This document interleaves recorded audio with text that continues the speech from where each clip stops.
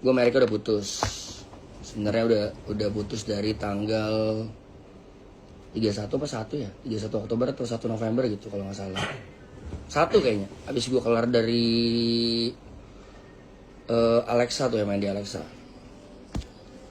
Sebenarnya udah komit berdua membuat kesepakatan untuk tidak sama-sama lagi, apalagi menikah. Kenapa bang? Putusnya bang? Putusnya gara-gara, kalian udah tahu lah ya gara-gara apa ya? Gara-gara yang gua DM perempuan tuh tanggal 9 Juli.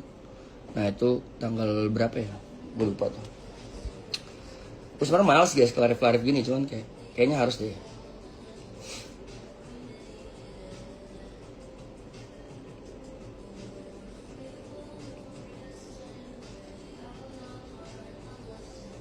Bentar ya, biar nggak salah kalau diklip.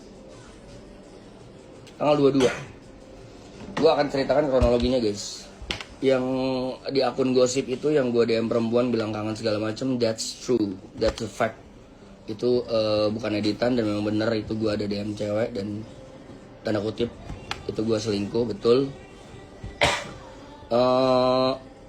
Ribut kita tanggal 22 Oktober, sempet ribut dan sempet putus. Cuman gue mencoba memperbaiki, mencoba minta maaf dan juga ini ya apa namanya, memperbaiki hubungan lah. Akhirnya kita nyoba sampai kemarin akhirnya tanggal 31 atau tanggal 1 kita berdua sepakat kayaknya emang udah nggak bisa bareng-bareng. Sebenarnya gue males, sumpah gue males nih klarif-klarif tai ini, karena gue banyak nanya ke teman-teman gue yang lain. Karena hubungan gue dan Erika sudah menjadi konsumsi publik, kayaknya memang harus dilurusin supaya nanti nggak ada asumsi liar, dan gue nggak mau aja ntar yang disalah-salahin Erikanya gitu. I'll take the blame, salah guanya bikin salah kemarin tanggal 9 Juli. Gue ada chat cewek yang bilang kangen itu tuh tepat berapa minggu sebelum Erika lahiran, berarti itu ya. Erika lahiran tanggal 1 Agustus.